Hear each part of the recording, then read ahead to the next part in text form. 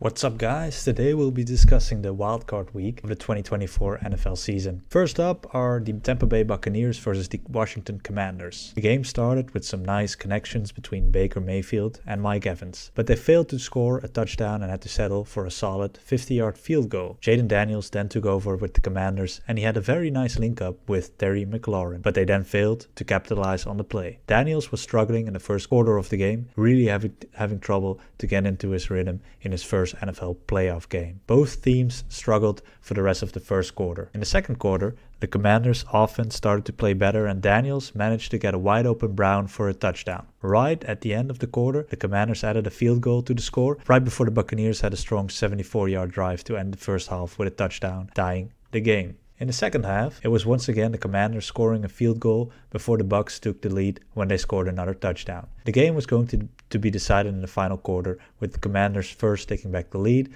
after a 5-yard touchdown pass from Daniels to McLaurin. Afterwards, the Bucs once again tied the game, scoring a 32-yard field goal attempt. In the final 5 minutes of the game, the Commanders rolled down the clock and eventually settled with a 37-yard field goal to win the game. Overall, I would say either team deserved to win this one, as this game proved to be a true thriller to the end. Next up are the Bills versus the Broncos. The Bills hosted the Broncos, and the Broncos started out strong with a touchdown drive on their first drive of the game. Bo Nix linked up with Troy Franklin for a very cool 43-yard touchdown. The game looked like it was going to be an interesting football game at this point, but the Broncos somehow didn't score a single point after the first touchdown and completely fumbled their playoff game. The Bills did what they had to do and controlled the game while scoring some touchdowns along the way. It turned out to be a very disappointing game in the end, with a final score of 31-7 for the Bills. The Ravens hosted the Steelers in a true divisional playoff rivalry. The Ravens looked the much stronger team all night long, with Derrick Henry bulldozering through the Steelers' defensive line. The only strong showing from Pittsburgh all night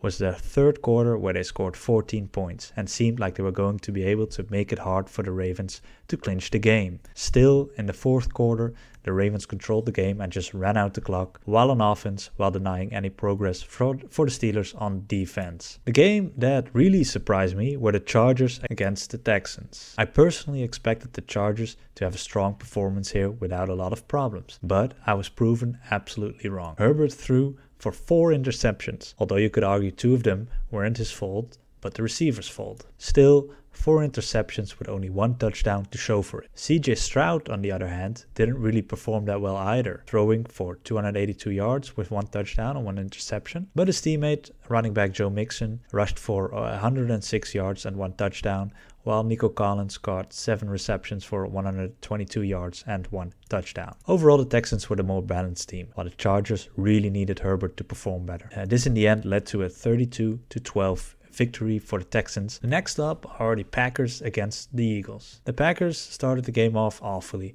fumbling the ball on the opening kick. The Eagles obviously capitalized on that, and it was quite comical how much time Jalen Hurts had on the touchdown bomb, Jahan Dotson. The Eagles continued their dominating stance by running the ball and scoring a field goal, while Slay Jr. picked off Jordan Love, which kept the Packers' offense contained. To add to the misery, the Packers missed a 38-yard field goal attempt. For the rest of the second quarter and most of the third quarters, the teams just battled back and forth without any amazing performances. The Eagles' defense made an important mistake in the third quarter, which was a pass interference by Quinyon Mitchell, which set the Packers up for what looked like to be a touchdown, but they just couldn't score and had to settle for the field goal. The Eagles' offense then showed the Packers how it's done, by actually scoring a touchdown. 24-yard pass from Hurts to Dallas Goedert. The Eagles then missed the extra point to add to the drama in this game. The Packers then had a good offensive drive, which ended in a touchdown, bringing the game back to a one-score game, which seemed strange given the fact that the Eagles looked like the more dominant team, but they just couldn't capitalize on their performance yet until this part of the game. In the fourth quarter, the Eagles scored 2 more field goals, which made the score 10-22 for the Eagles. The final wildcard game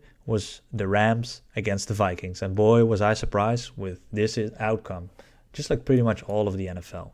The Vikings were the favorites to win the game, but somehow the Rams completely dominated them. The Rams scored on their opening drive and ensured a lead in the rest of the game. The end score was 27-9, and the Vikings didn't look like the team at all that ensured a 14-3 regular season record. To be honest, the Vikings were already struggling quite a lot against their toughest conference rival of the season, the Detroit Lions, in Week 18, but I didn't expect them to perform so underwhelmingly against the LA Rams. Darnold just didn't seem good, and the Vikings offense wasn't able to convert crucial third and fourth downs. At most times, they didn't even get to the Rams' half. The fumble obviously didn't help either. Subsequent third down sack on the next drive didn't help either. Those are the crucial moments you need to step up, and the Vikings just didn't. Well, I guess the Rams did. So, what are my expectations for the divisional round? First of all, the Houston Texans versus the Kansas City Chiefs. I guess everyone's expecting the Chiefs to win, and I'm gonna join them with thinking the Chiefs will win comfortably 28-10. Win chances are 78-22, and I don't think anyone's really expecting the Texans to win here, but that was the same versus the Chargers, and they upset them as well. So, guess we'll see. Do not expect anything crazy though. Next up are the Washington Commanders versus the Detroit Lions. The Lions are going to win comfortably as well, winning in 36-14. The win chances are 80-20 for the Lions. Next up are the Ravens against the Bills. I guess this will be the matchup of the divisional round. I believe, and I would say, that the Bills are going to edge out the Ravens as they are playing at Orchard Park. But who knows what the Ravens can show up after their strong wildcard performance. Win chances are 50-50, so it should be a good matchup. Then there's the LA Rams versus the Philadelphia Eagles.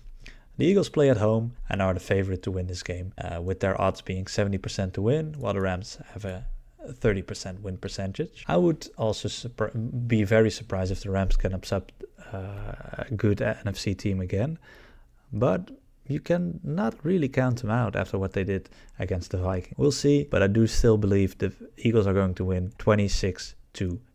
Alright guys, that was it for this week, the wildcard round. I hope you somehow agree with my expectations and enjoyed the highlights from the other wildcard games. I'm really looking forward to the divisional round, and as you can expect, next week I'll be discussing the games again and giving my expectations for the conference championships. See you then.